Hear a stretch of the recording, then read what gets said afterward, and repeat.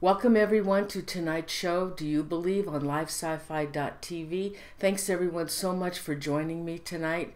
Now tonight we're doing a different show, kind of a show, and our topic tonight is Anton Lavey, the founder of the Church of Satan. And my guest tonight is Blanche Barton. Now, Blanche was the last companion of Anton Lavey, and she is also the son of his, the mother of his son. Blanche, welcome so much to the show. Oh, I'm very glad to be here, Noreen. Thanks for having me. Oh, it's a pleasure. Now, Blanche, would you tell the viewers a little bit about yourself before we go into Anton Lavey? Well, I've been a Satanist for most of my life. I discovered the Satanic Bible, as many children do, when I was about 12 or 13 years old. I finally picked it up, and it just made a great deal of sense to me.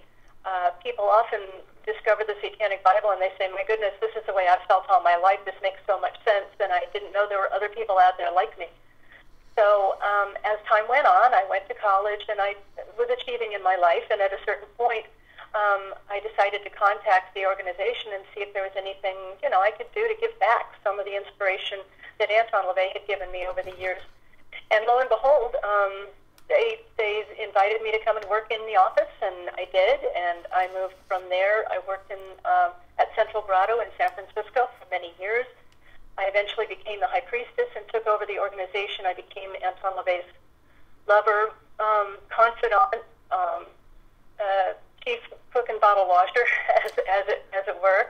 We had a child together, and then when he passed away, the Church of Satan fell into my hands. I was high priestess for some years before he passed away, and then I finally passed the torch to Magus Peter Gilmore, who is now the high priest as of 2001, and he's done a bang-up job since then. It's still going full bore. People who find us, who want to find us, can find us on the internet. And, as is true with the left-hand path, you have to sort through a lot of garbage, too. It's a very solitary path, so you have to sort through different would-be people who have lots of promises to give you. But when you find the actual stuff, you know it, and you say, this is what I've been looking for. People find it inspiring. We advocate self-reliance and taking an active role in your own life. There is no Satan to save you, no God to save you, no one to pray to but yourself. You are your own God. So we basically look at humans as animals, as very creative, driven, rational animals, and we advocate indulgence and creating a full and happy life for yourself and those you love. So why did Anton Lavey start the Church of Satan? Well, he was always interested in the strange and the macabre and the paranormal and the supernatural, as probably many of your listeners have always been. And he found himself drawn to the dark side, the seamy side of life. He'd worked in the carnival and the circus, and he'd seen the best and worst that humans could be. Then he got a job with the police department, the San Francisco Police Department, as a police photographer, and he was working with them. And they started throwing your listeners or the people watching your show would be very interested in this, because he started covering the people that were calling what they called 800 calls, which were the wackos, the strange people that were wearing a tinfoil over their head and were in contact with UFOs or had ghosts in their house or something. And most of the cops didn't want to deal with them because a lot of times they were repeaters, and they kept wanting to have someone come out and investigate these strange things going on at their house, maybe Men in Black or CIA or some sort of incursions going on, X-rays or dino rays, and nobody else wanted to handle it. But he said, throw them my way. That sounds like a lot of fun. So about 1951 or 52, he was making some living as a hypnotist, and also the police photography. He also was a musician, so he was playing various instruments for the city and around at various nightclubs and places like that. But he then started getting a reputation as sort of psychic investigator. He'd go to these places, and they'd tell them that they were hearing strange noises, and he'd crawl around in the attic or on the roof, and he used a device. You're probably familiar with it in early paranormal investigation, the theremin. No, I've never heard of it. Well, they've used it as a musical device, but originally, this was in 1951 or 52, a lot of ghostbusters, if you will, at the time, were using it as a proximity detector. Can you spell that for me, Blanche? Spell that. Theremin. Theremin. I'll have to check that out. As I say, yeah, many people have used it and make beautiful music, and they used it later in the soundtrack of The Thing and some other movie soundtracks. It's that spooky yeah. Did he ever say that he did come in contact with paranormal activity? Well, see, now that's the interesting thing. In my book, I wrote a biography of him, and he recounts those days to me in The Secret Life of a Satanist. He talks about how he learned so much about human nature going out to these people's homes, because a lot of times, he'd find maybe a poor cat that had gotten caught in the wall and couldn't get out, or bugs in the wall, or rats, or maybe a tin can that was stuck in a rain gutter and making strange sounds or something, a loose shutter. And he'd go back to them and tell them, oh, it's okay, don't worry, your house isn't, possessed by demons. It's just this loose tin can. And they were like, oh, well, that's disappointing. And that they really wanted to believe that there was something supernatural going on. So being a good magician, he automatically responded with, well, there might have been something else, but I took care of that too, wink, wink, So, did he do these by himself? Did he do these by himself, or did he do these investigations by himself? Or did he have a team? But then things grew from there. He got a growing reputation as a magician, and this sort of blended in with people that he was still in contact with from the circus and carny days. They were hanging around his house because by then he'd acquired this black house in San Francisco. It was this wonderful old Victorian that he painted black. It had been a spirit parlor with, when he moved in, it had spirit wrappers, underneath the tables and underneath the floor. It was just honeycombed with secret passages, and it had also been owned by Mammy Pleasant was a madam, a well-known madam in San Francisco, and one of her girls had owned this house. Really? I guess there were other activities, and it had a bar downstairs where people came by and after he bought the place and said, "Oh, I used to get my hooch here." during Prohibition, I guess it was built in the late 1800s. So anyway, that became sort of a gathering place for what became the Magic Circle. And they were eccentrics, and they were people who were interested in odd and wonderful things, and musicians. And so they started from the Magic Circle. They started having rituals and practicing, just trying magic on their own. And they'd go out to strange places, cemeteries or haunted places, things up in the Berkeley Hills, houses and things that were reputed to be haunted anywhere that was weird or wonderful or wild or bizarre. They'd track it down. They'd have people in to speak to them that had strange theories or had odd experiences. And Anton Lavey started doing a lecture series on weird things like vampires or werewolves or UFOs and he would have, again, people into the Black House, and for an evening they'd listen about cannibalism, and the one on cannibalism actually included some human meat that they ate. They'd gotten legally from a good source, reliable source, and so they all partook. The people in the Magic Circle partook of this feast, and so yeah, he got quite a reputation as a magician, and then the Church of Satan sort of grew out of there. He started formulating a philosophy that made sense to a lot of people. As I say, he didn't want to worship a guy with horns and a pitchfork. He wanted wanted people to recognize that organized religion is a farce, and that it's dangerous, and that people who base their lives on delusions and muddled thinking and scapegoating are very dangerous, and that if they run your country, they're making decisions for you that are probably not the decisions that you would make.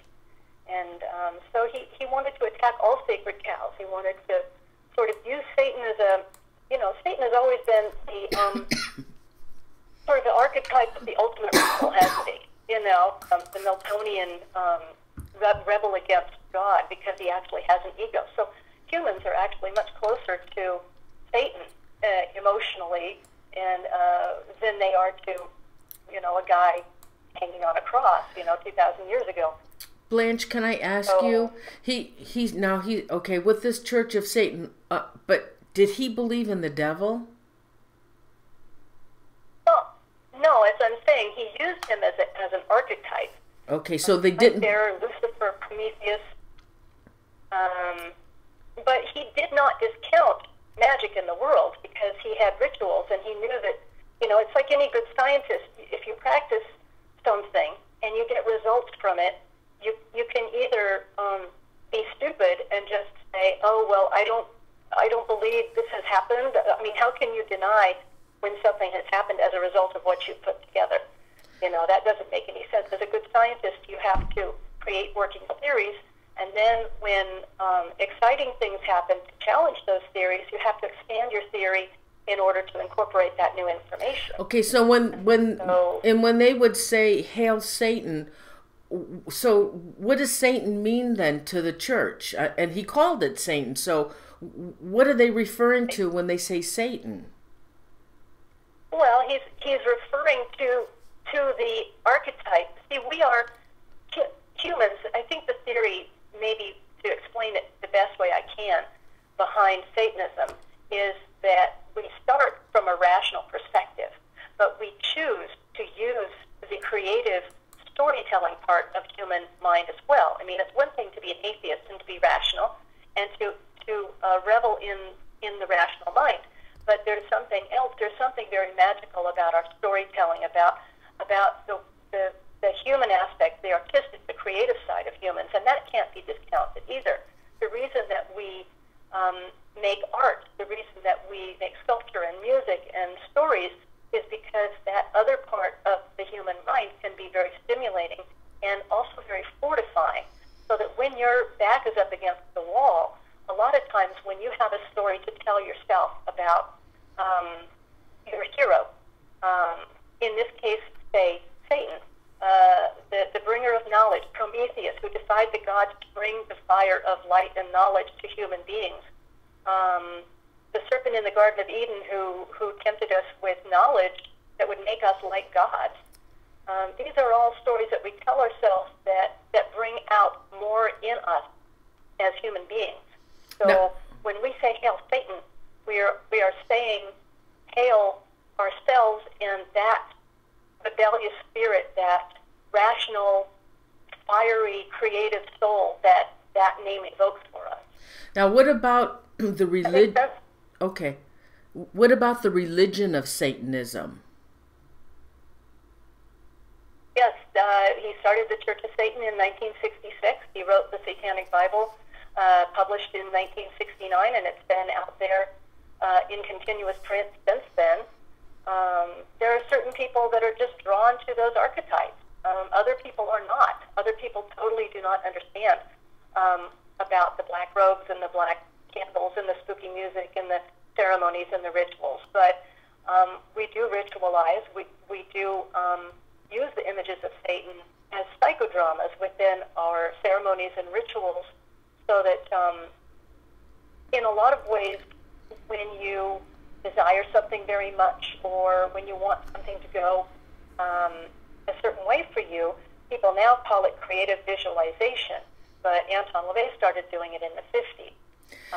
It's a way to concentrate your mind, again, engaging the allegorical, the metaphorical mind, as well as the rational mind, to access power within you to create a space or create a reality where the things that you want to accomplish are done. For example, if you want a particular, say someone is being really rotten to you at work. Mm-hmm. Let's say that they've gone out of their way to really hurt you, to cause you to be embarrassed in front of your boss, to make you look like you're not doing your job, to try to get you fired. You know, it's not that they're just bums and you don't like them. It's that they're actively working against you. And so you can't sleep, you can't eat, you're really angry at this person, and you want something to happen to them. So you go into the ritual chamber. We have 3 different kinds of rituals. We have a lust ritual, a compassion ritual, and a destruction ritual. These are basic rituals, and then you can create, as you grow as a Satanist, you can create ceremonies and rituals that are broader than that. But these are the basic ones that you start with. So you go into the ritual chamber, and you take an image of this person. Maybe you take a piece of clothing, something that represents this person to you very much, and you yell at it, and you stomp on it, and you spit on it, and you burn it, and you muster up as much anger and frustration as you possibly can, as much vitriol. You speak it, you say it, you paint it, you whatever will bring it to a climax for you emotionally, and then you let it go. By the end of the ritual, you let it go, and the next time you see this person, you know that your ritual is already done, and that you don't have to be bothered by them anymore. Because whatever they've conjured for themselves and whatever they've conjured into your life, it's not going to bother you anymore because you have exorcised it out of your life. You've let it go. Now, if within 2 weeks they get a promotion and they move to Florida, mm-hmm. You say, oh, darn, how come they got a promotion? Well, the point is they moved to Florida, so you don't have to deal with them anymore. You have to own the consequences of what you put out there. But at least they're not anywhere where they're going to bother you or hurt you anymore. So that's a ritual that you do? That's considered one of your rituals? Okay. Now, a lot of the viewers don't know what Satanism is. Well, I think I've explained it fairly well. It is a religion that Anton Lavey formulated based on philosophers that had used the images and poets and thinkers that had used the images of the dark ones, the heretics, as inspiration throughout the ages before he ever put the name of Satan. That was just a name that is appropriate for all of the archetypes that are satanic archetypes from the beginning of time. In the Satanic Bible, there are many names that we use for Satan, but we use Satan now as the arch enemy of in a Judeo-Christian concept. And Blanche, the Satanic Bible, this is something that Anton wrote, correct? He came up with all of the philosophy. He wrote that. He wrote that in 1969. Yes, and then he also wrote the Satanic Rituals some years after that in a book called The Complete Witch, which was later re-released as The Satanic Witch, which has some wonderful things in it. And then a few collections of essays, The Devil's Notebook, and what is the other one? Satan Speaks. They've got wonderful essays in them. If anyone wants to read more about Anton Lavey and his thoughts, that's where I would direct them. Okay. Now, has any of your members had any demonic possessions at all? Well, not that I've heard of. I mean, we're all demonically possessed, if you want to put it that way. We're egotists. We're egoists. We're driven by our own souls and our own determination to live a good and prosperous and indulgent life. The thing is that a lot of very brilliant people, you take Galileo, you take, Da Vinci, you take people that even today are working outside of the boundaries of their fields to find the truth of whatever it is they're pursuing, whether that's medicine or physics or some other art form, perhaps. that's working outside of what the convention is. These people are always aligned with the devil because they're always considered heretics. They're always the ones who are outsiders. It takes an outsider perspective a lot of times to find brilliant answers that most of us just don't see. And then, like in the very earliest days of men, the shamans were the ones who were the ones on the borderlands. They were the ones who went outside of the regular tribe, and they brought back answers for the tribe to benefit from. But it was only these heretics, these people who question, these people who challenge the convention, who bring back the knowledge that other people find too dangerous or too frightening to discover. Do sacrifices of a human or of an animal, and that's no.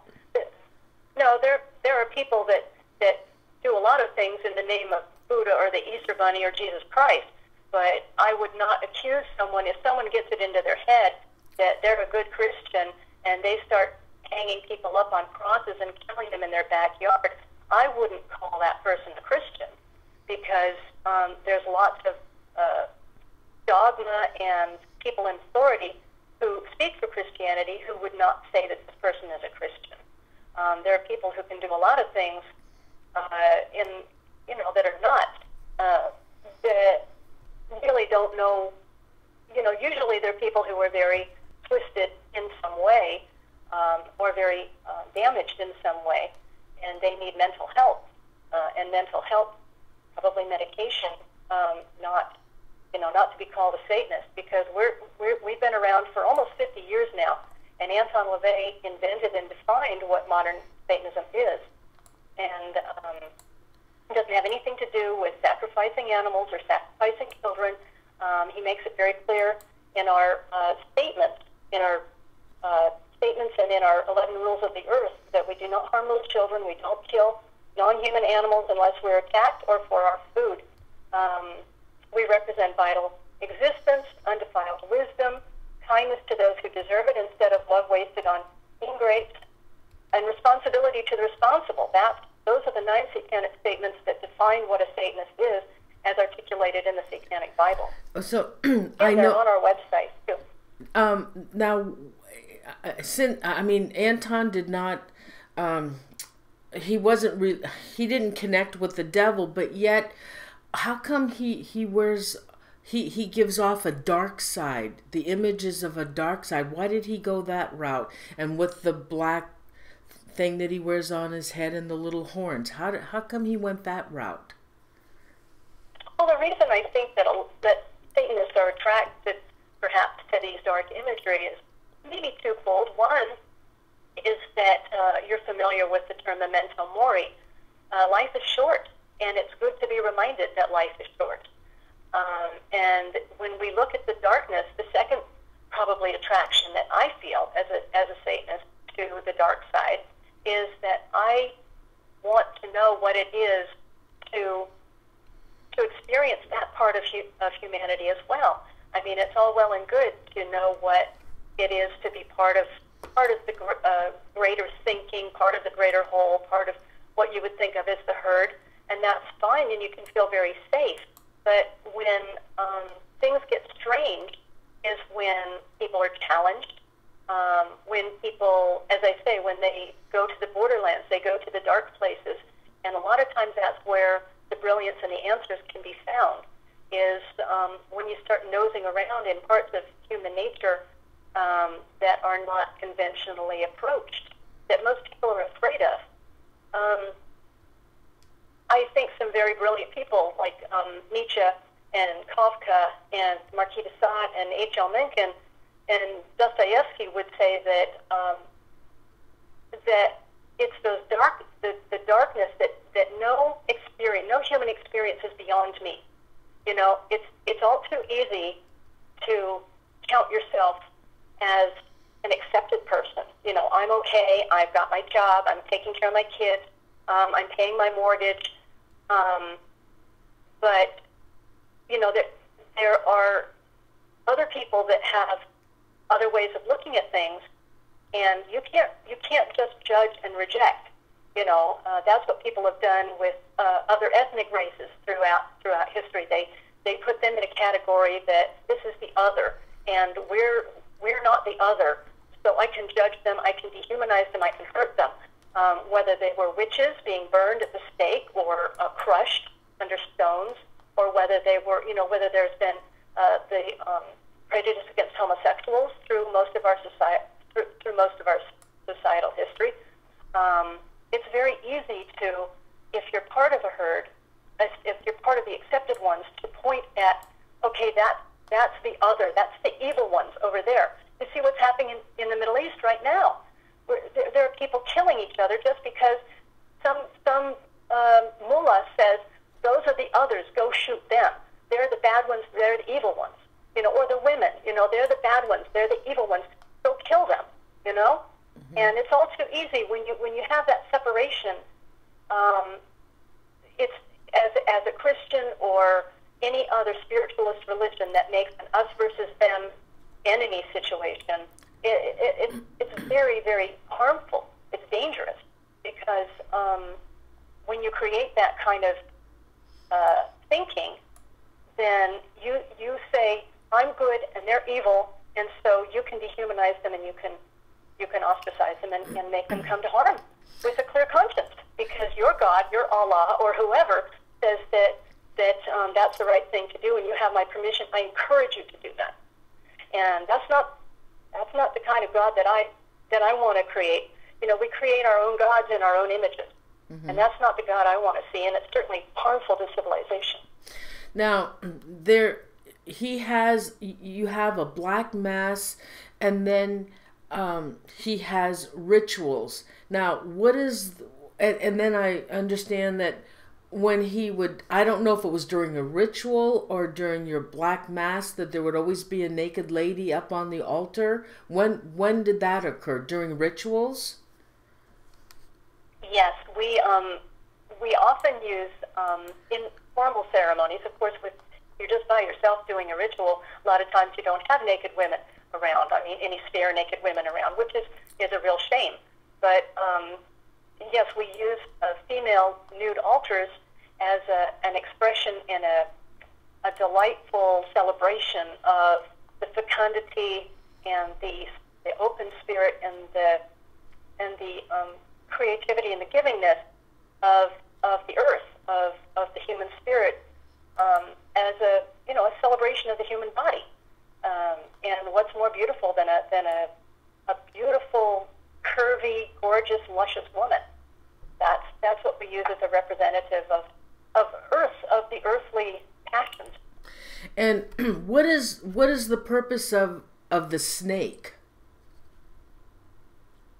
What is the purpose of the snake? Yeah, of a woman. I with the woman dancing with a big python snake. Oh, maybe you're referring to a particular segment in a movie, Satanas? I got it. That might have been used. Go ahead. That might have been used for a particular ritual. It might have had a particular symbolic meaning to that specific ceremony or ritual. Got it. It's not necessary to have a big snake in every ritual. Okay. It's not required. The ritual requirements are fairly well laid out. That was, again, one thing that set the Satanic Bible apart from other things that, well, mind you, nothing else was coming out on magic at the time. A lot of the evolution of Wicca and pagan religions and all of that happened years after Anton Lavey first wrote the Satanic Bible. So a lot of that, he influenced a lot of it. But the reason that he wrote the Satanic Bible was because he couldn't find a book that actually spelled out for him, this is what a ritual is, this is how you do it, these are the words you say, and this is what you need. So we have bells and chalices, candles. Our symbol of Baphomet, which I'm sure you're familiar with, the inverted pentagram with the goat head in the middle. Yes.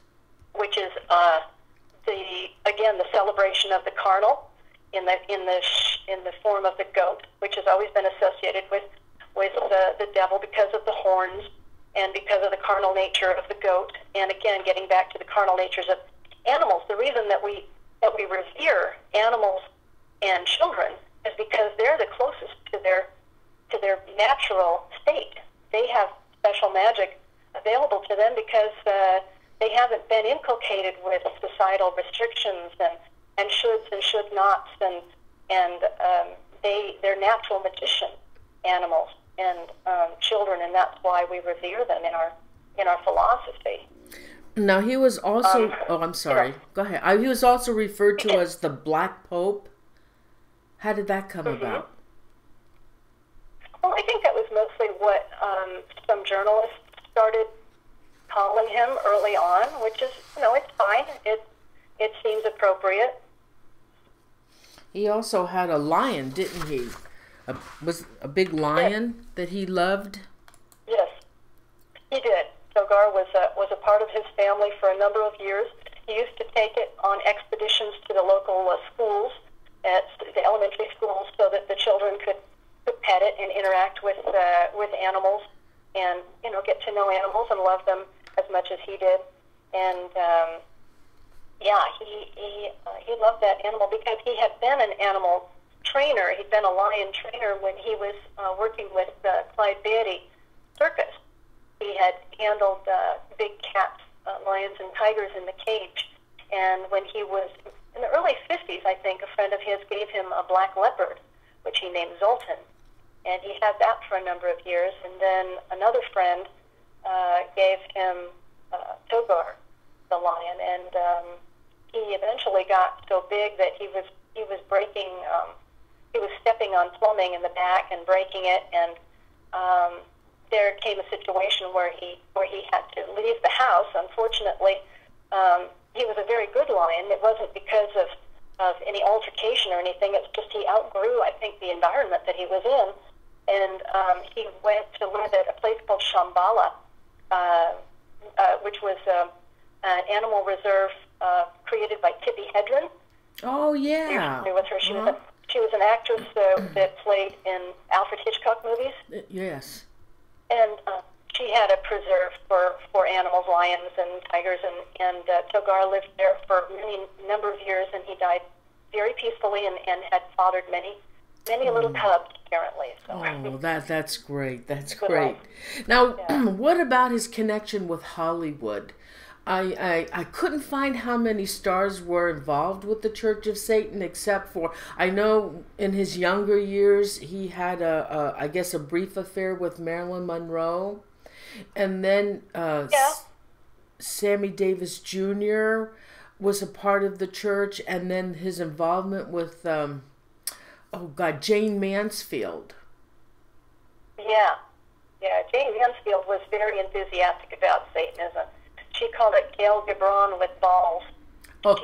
She was a very earthy person herself, and she liked the philosophy, and she liked the spooky aspects of it. She liked the intellectualism. She was very smart. I understand. And she knew how to use her assets, her very considerable assets to her best advantage. Yeah. And I think she really intuitively understood exactly where Anton LaVey was coming from.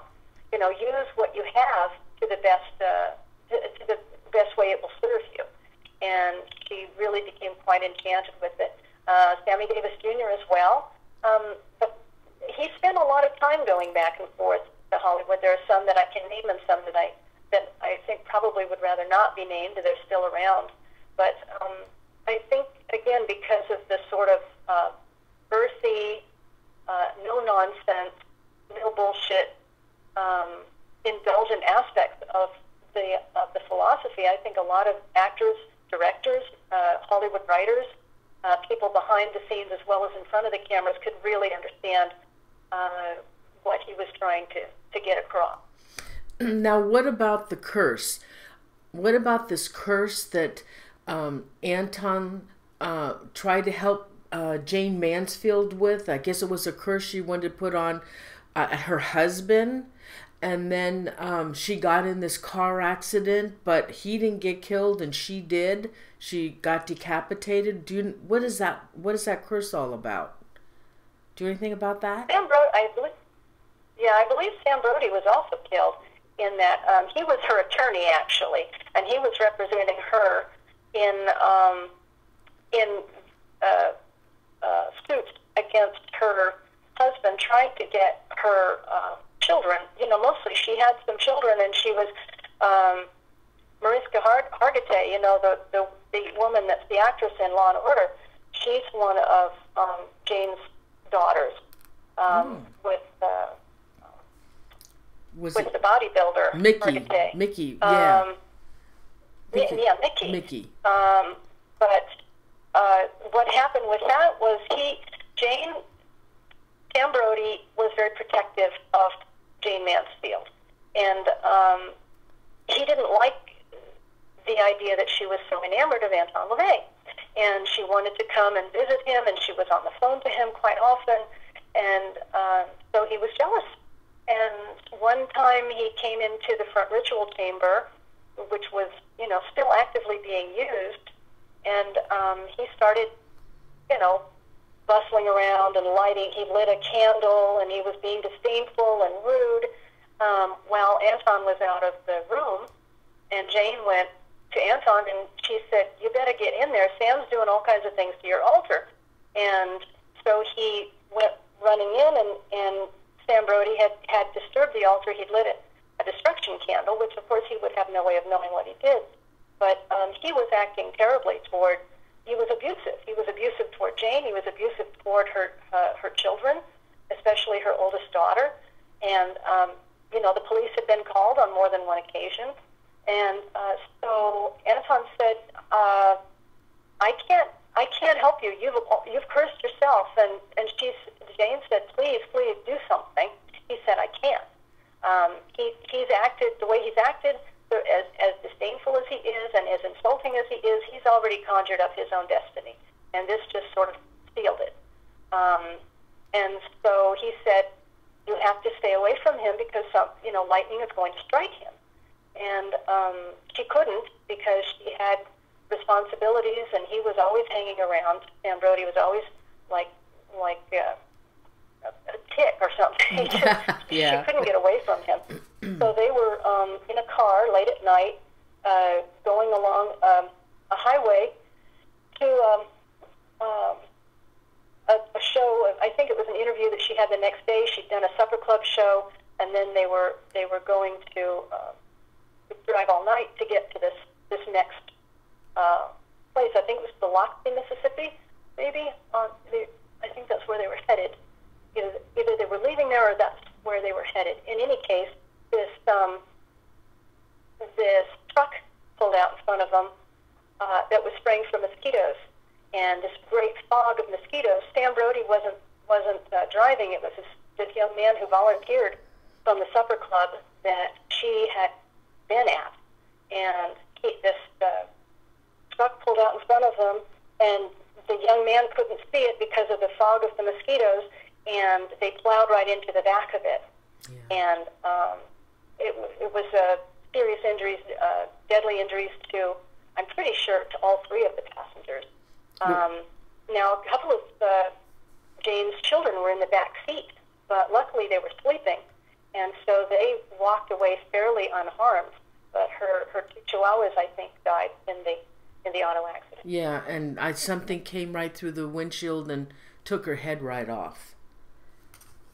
Well, some people have said decapitated, but what it truly was I think they call it decapitation. It was part of her scalp had been shorn off. Oh, I see. So technically, I guess it's called a decapitation. But the eerie thing was that Dr. LaVey got the call from a journalist saying what had happened. Mm. It was late at night, and his number was in her address book, like one of the first numbers in her address book. And so this journalist got hold of it and called Anton Lavey to get a response. And so it wasn't on the newspapers. It hadn't been on the news yet that she was dead. And so this journalist wanted a response or something. And Anton talked to him for a minute or two. I guess he was just in shock. And he went back to what he was doing. And what he had been doing was clipping out some newspaper clippings from Bild Zeitung, I think it was, the German paper, of him placing some flowers on Marilyn Monroe's, by Marilyn Monroe's gravesite. Interesting. She was interred, and on the other side, he turned the photograph, what he had been clipping, over, and on the other side of this newspaper clipping was a picture of Jane Mansfield, but he had accidentally cut off her head in the process of clipping this picture out of him with Marilyn Monroe. Oh my God, that's a coincidence. Oh my God. Yeah. Yeah. Now, okay, now what about, I don't know if this is true or not, so I'm going to ask you, what about this curse that his daughter Zeena is supposedly have put on Anton? Well, Zeena is her own little creation. She had problems with her father and disowned him about 1989 because of her own ego problems and her own personal situation. And she never saw him again. He died in 1997, and she never saw him again. She openly declared him her unfather in her declaration in 1989 or something, and she didn't have any contact with him. I guess she has, spent some time exploring other groups or other philosophies, but I don't really know much about what she claims or what she said or what she claims she said, and I don't really put much stock in it, because a lot of people can say a lot of things after someone passes away, But I don't know. She's got her own stuff going on. Now, what about the daughter Carla? What is she doing? I don't know. I believe she's still in the Bay Area, and I think she makes personal appearances, maybe different special occasions and that sort of thing. I don't think she said anything against her father. And they had been reconciled the last year of his life, which meant a lot to her father. So, did they have any connection at all to Bohemian Grove out in the Russian River area? Well, it's interesting you would mention that. I read about Bohemian Grove, and some of the people that were part of the original Magic Circle had been part of that group. And so he had stories from the Bohemian Grove, but I'm not sure that he ever actually participated himself. But it sounds like it was quite a wild bunch out there. Oh yeah, I know where it's at, but I never went in over there because we used to go to the Russian River all the time, and I never went into that area. Somebody's asking who. It's not James Mansfield. It's Jane Mansfield. She was a popular actress. What, in the '60s? Yeah, in the '60s. Right. She was a Marilyn Monroe type. Yeah, big buxom woman. Go ahead. Yeah, Jayne. Yeah. Yeah. Okay, so. But getting back to Bohemian Grove, I just want to just move on that a little bit. One of the early roots of the Church of Satan was a group called the Hellfire Cup Club. There was many Hellfire Clubs in England, and there were sort of versions of it in France. Sort of these reprobates that would get together that were often highly placed in government and societal leaders, but they would get together like with the Bohemian Grove, and they would have to kick up their heels as the Hellfire Club, Medmenham monks, they called themselves. They'd make up bawdy lyrics and had women dressed as nuns running around, and Benjamin Franklin and I think the Mayor of Canterbury or someone were part of this group, and this was a long time back outside of London, long time ago. But again, it was the roots of people sort of getting together in these circles of aristocratic revelry, one might say, that also was a part of the heritage of the Church of Satan, I think. Yeah. Now, what about supposedly this Deathbed Confession that Anton, when he was on his deathbed, he made some kind of a confession? Like, well, I was at his deathbed, and he was an absolute heretic. And if you're speculating that he might have had some sort of revelation that he'd made a terrible mistake, and it was all a terrible faux pas on his part. No, he got more misanthropic, I think, as he grew older, more world weary as he grew older. He said, "I'm a compulsively happy man in a compulsively unhappy world." And you can read that from his essays. And he also said he was a liar as well. Didn't he profess, "I'm a liar"?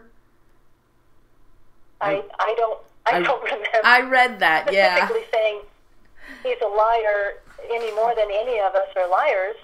I suppose that any of us could be considered liars, but there was some. He meant that in the context of his philosophy. Oh, I think he was absolutely true to his philosophy from the very beginning up until the end of his life. I think he was making. Go ahead. I think he was having fun when he said that. Well, probably, yeah. Well, and he does that too. That was one thing remarkable about him when I first met him. I considered that from all the reading and all the pictures, that he looked like this very somber, wicked, evil-looking, devilish guy. And I thought that when I met him, that he might be one of these, very pompous, kiss my ring sort of, I'm the Black Pope kind of fellows.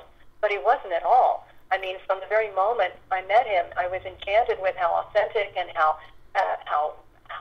gracious and kind and funny he was. I mean, and he played beautiful music, just amazing, evocative music. But whenever he felt himself like getting a little pontifical, he'd always undercut it with a joke, like some silly jokes from the 20s or something, and they were always instructive jokes too. He would.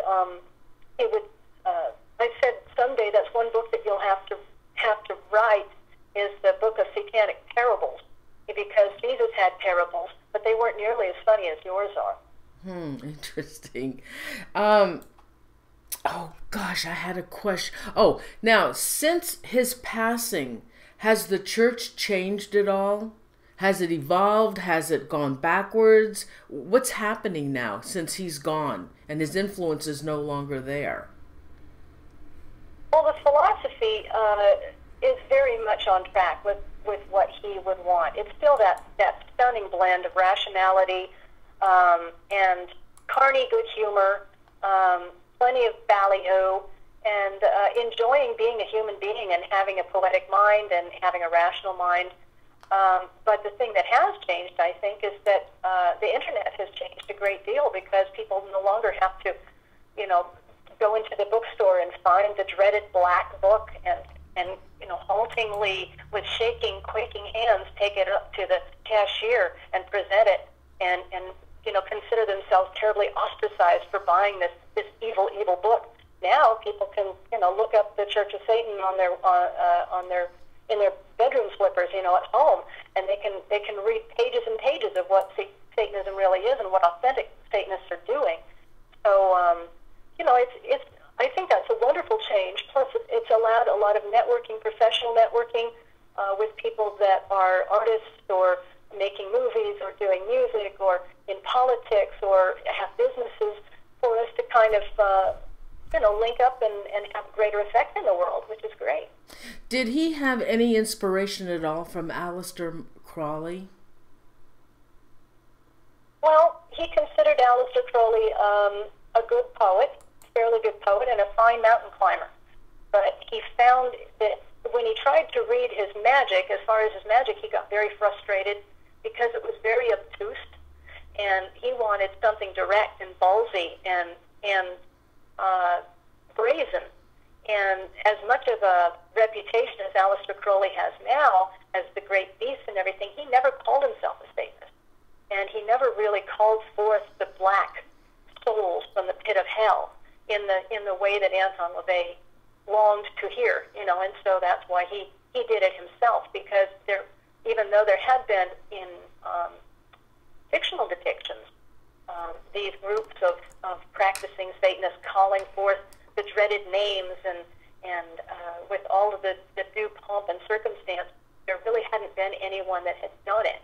And so Aleister Crowley, I think probably because of his drug use and because of the times, he shielded a lot of, I've read his stuff, and I find a lot of magic there, but you really do have to scour and concentrate and sort of knit your brow and try to get through the layers of mysticism that he wrapped it in, again, partly because of his drug-befuddled mind and partly because of the tenor of the times. It just wasn't ready for true black magic to come forward into the light.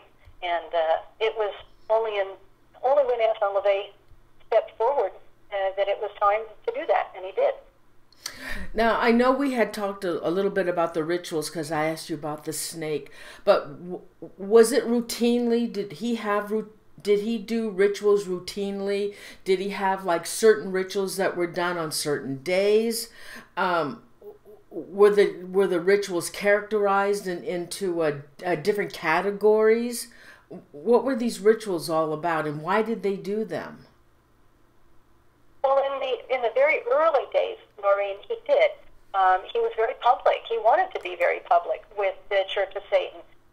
They had three very important public ceremonies early on. About 1967, I believe, was a public funeral, public satanic wedding, and a baptism. His younger daughter, Zeena, was baptized in the first national or international satanic baptism. And he did that because he wanted, people around the world, journalists from all around the world, it made papers, it made magazines, and he wanted people to know that there was a satanic philosophy and that he was expounding, speaking on behalf of Promethean light and creativity. And when the organization first started, as you were, alluding to in the Magic Circle days, they started doing ritualizing. Before the Church of Satan actually started, they wanted to see if it worked. Just like your ghost hunters going out there and rolling up their sleeves and getting real information. You want to participate and see if anything happens. So they ritualized. And then once the organization started, they did have Friday night rituals, I think. He was giving the lectures at the same time on another night. And then I think traditionally they have Friday night rituals for various reasons, various ceremonies, and a lot of them were for, I don't think there were, there are specific days that we tend to celebrate, our birthdays. Your own birthday is the greatest day of the whole year, because you are your own God, and so you have to indulge doubly on your birthday. So that's our number one point of celebration. And then Walpurgisnacht has always been a traditional, which is April 31st. That's when the Church of Satan was founded, but it has a long heritage of being an important magical day, much like Halloween, when the fabric between life and death is very tenuous. And Halloween and solstices and equinoxes, we do tend to celebrate those as well, generally. Let's see. We have some questions. Question from Cassandra. They want to know what is his son Satan, what is he doing now, your son? He's living his life. He's doing very well. He's a very private young man. He respects what his father accomplished, but I think he's much more of an atheistic or humanist bent. But he's doing very well. He's making good grades in college, mostly A's, and going into fields that he's interested in. And he's doing very well. And I have a question here. I imagine this pertains to Anton. Did he have any divine inspiration, and how did he come up with the spells? No, he never claimed. He felt that was a real downfall for people to claim some sort of satanic or divine inspiration. He felt that he was the dictator of his own soul, and I think he liked to give credit where credit was due to people like Ragnar Redbeard, Nietzsche, Dostoevsky, Jack London, Mark Twain, Voltaire, Rabelais. You know, there have been philosophers that influenced him directly and indirectly. He also was very influenced by Lovecraft and other weird tales writers. He lived on that stuff when he was young, and various science fiction writers he liked, and you know, mostly weird tales, supernatural tales he knew a lot about, and he just was very eclectic. Someone called him a junkyard philosopher. I think it was a fair description of him, one of the people that wrote about him. He was self-taught, and he had a wonderful mind, very eclectic, authentic mind, and he put it to good use. Any of the other viewers have any questions? Do you have a question for Blanche? If you do, type them large in caps so I can see them. It's on delay a little. Any questions for Blanche?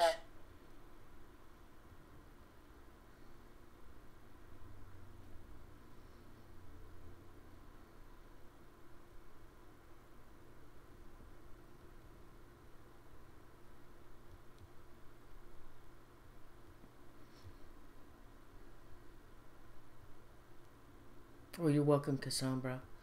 Okay, I don't see any questions. It's going so fast. Well, Blanche, I want to thank you so much for being my guest tonight. Information was awesome. We now, to the viewers, have brought another educational program to the viewers. I want to thank you so much for joining us, and it was a pleasure to have you on the show, and thank you very much for explaining all this to the viewers, because we try to do shows like this, educate the viewers and the public about what's out there in the world. So thank you so much, Blanche. Well, thank you very much, Noreen. I appreciated your questions, and I enjoyed talking about this stuff. And I hope that people will, if they have an interest, they'll check out the churchofsatan.com website and find out more. Thank you so much. It was a pleasure again. Thank you very much, Blanche. Good night and have a great weekend. Thank you, Noreen. Thank you. Good night. You do the same. Bye-bye. Thank you. Okay, everybody, don't go away. I hope you enjoyed the show. I'm going to call Tim, and he's going to make a couple announcements. Everybody, please give us a like and subscribe to the channel. We'd really appreciate that. And I'm going to call Tim now. I'm going to call Tim.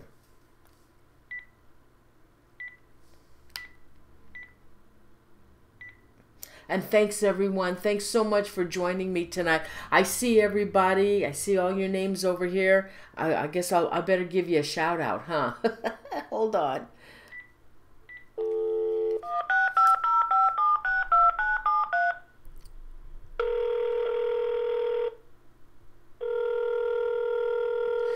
You guys, it's too late. All this came... Oh, hey, Tim. Hey, what's up? Gee, now all the questions are coming in. I'm sorry. I know. Maybe you should call her back. Oh my God. Yeah. I mean, it's a lot of questions. People had. Do you want to? Oh, thanks. Do you wanted to make some announcements? Yeah. I just wanted to thanks for everybody for tuning in, and thanks for supporting the show. On June 27th and the 28th, we're going to be doing a two-day investigation of the Market Street Cinema Club in downtown San Francisco. It's pretty much an abandoned strip club. There are strippers that are refusing to strip, and it has a lot of claims of paranormal activity. So we're going to be doing a two-day show there, and we're going to be also doing a show this Saturday that's not on the calendar yet regarding the top 5 haunted locations. Yes, and so Saturdays are Paranormal Travels. We are going to Paranormal Travels on Saturday. Yeah.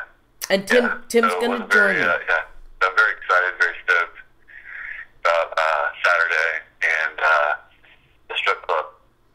Oh, and guess what? When Tim does the strip club on Friday, it's a 2-day investigation. But Friday, before they start their investigation, I'm going to do my Do You Believe show, and I'm going to. Can I? I'm going to be doing a pole dance for everybody live. Who is? You are. Yeah. Oh, that ought to be very interesting. Yeah, so I get to do my show. I'm so excited. I get to interview some strippers. I'm going to interview the owners of the club. It's going to be so awesome. So awesome. I'm so excited. And I've never... Oh, yeah. And it's haunted, and I've never been to one before. This will be the first time. It's going to be exciting. You've never been to a strip club? No. Why would I go to a strip club? No. I've never been there, but I'm really looking forward to it. I'm so excited. I've never even seen a stripper in real life before. They're not going to be nude, are they? Yeah, probably your best friend. Maybe one of your friends is a stripper. You don't know it. Oh, no. I hope they got clothes on, Tim, because I'll be very uncomfortable if I have to interview them with no clothes on. Oh, yuck. I know. You'll love it, but I won't. The people who own the club right now have a movie that's going to be coming out in June as well. It's called The D-String Horror, and it's very fascinating. The movie deals with the strippers who work at the club and kind of some of the encounters that they had there. So if you're looking for some of the info about the club, you can go into YouTube and type in G-String Horror, and you can find some interesting trailers up there regarding the paranormal activity there at the club. There's also the Ghost Adventures went there. I don't know how long ago, but there's an episode up on iTunes or YouTube or wherever. You can find all the information and stuff that they encountered there as well. That's right. Ghost Adventures went there, and Tim is number 2, and I can guarantee you nobody else will be able to get in there. I think it's going to stop with Tim, right? Yeah. I don't know. We'll see. Yeah, we'll see. I'll try to, make the spirits talk that night. Yeah. And everybody, it's your birthday today, right? It's your birthday today. Yeah. Everybody, let's wish Tim a happy birthday. Happy birthday, Tim. Yeah. Yay. Thank you. You should have come here. It would have been great for you to do the show with me. We'll celebrate on Saturday. We'll do Saturday, yeah. Yeah. So we'll do an ITC session. Tim, let's do a shout out, huh? Because you can see the names, but... Oh, yeah. Well, first off, I want to please urge everyone, please subscribe. Please like the video on YouTube. It really helps us out. It shows, support for the show and everything. But I'll give some shout outs really quickly here. Danielle, Allie, Tulip, our moderators, Coax, Jenny and Tulip, Cass, and Unique, Toria, Tasha, Evo, Libby, Jai, Dean, Emily, Ginger, Denise, Emmy, Cappy, Andrea, Dutch, Angel, Casey, Winter, Heartbreak, Brooke, Plum, Kristen, Karen Fry, Empress, LBC, WB2, Ashley, Kits, Green Dog, Joyce, Chipper, Chuckles, Katie, Charlie, Rich, Allie, and the people over on YouTube too, Patrick Kimball, Jane Bell, A Savage, Maverick, Ashton, Junior Home, Alexa, Victoria Feist, Unique Annie, everyone who watched tonight. Thanks for your support. Yeah, thanks everybody. Thanks so much for joining us each week when we do these shows. And thanks for, and also thank you for Blanche Barton for giving us the opportunity for doing the show tonight. We really appreciate having you on the show tonight. Yes, it was providing some real insightful information about the Satanism and the life of Anton Lavey. Because there's a lot of myths out there that I think kind of dispelled tonight. A lot of urban legends and stuff. And, well, that's what we tried to do. We tried to bring different subjects to the show, and educate you guys on what's out there, because some of you don't even know who he was. I didn't either. So, I mean, it was really interesting for me to learn as well. I mean, I'm curious, and I'm sure there's a lot of people out there that also have that curiosity and would love to know about some of this stuff that's out there. Oh, and a shout out to Guinevere Patterson. Oh, She says I missed her. Oh. But yeah, don't worry. I see you there. And Meg Scotia, yeah, I see you there too. So, but yeah, you guys, we'll see you on Saturday at 6:30, and you know, we'll be putting up the announcements and Heartbreaker. I see you too. So yeah, we will see you guys on Saturday, and we'll be posting up more information about the strip club live ghost hunt and show and talk show. Yeah. That's me. Yeah. Okay, so we'll see you Saturday. We're going to have some fun with haunted houses, and I'm looking forward to that. And everybody, thanks again so much for joining the show tonight. And thank you, Live Sci-Fi, and thank you, Tim. And we love you guys. Thank you so much. And thanks also for Tuesday. Oh, my God, Tim and I had such a great time. Oh, my God, awesome. We can talk about it just for a second. I mean, there was a lot of paranormal activity that we encountered there, and I really appreciate all the comments that have come in about the video. A lot of people have seen shadow figures on the video. They reported, you know, EVPs and stuff like that. So it was very, very interesting. You know, that place. A lot of spirits seem to be going in and out of that building. Oh yeah. Oh, somebody just posted DMF. They said their name never shows up in the chat. Hi, DMF. Thanks for joining us. I saw that really fast. Yeah, we see you. So, okay. So yeah, you know, yeah, Alex Arias got a shout out too. There you go, and Mr. Johnson. So, yeah, should be very, very good. Okay. Well, thanks. So, yeah, It's fun. thank you, guys. Okay, thanks everybody. All right. We're gonna say goodnight, and hey, join us on Saturday for some more fun. Okay? All right. Bye, everybody. We love you. Thank you. Bye. All right, Tim. Okay, so I'm gonna go. Good night. I'll just stop broadcasting. Okay.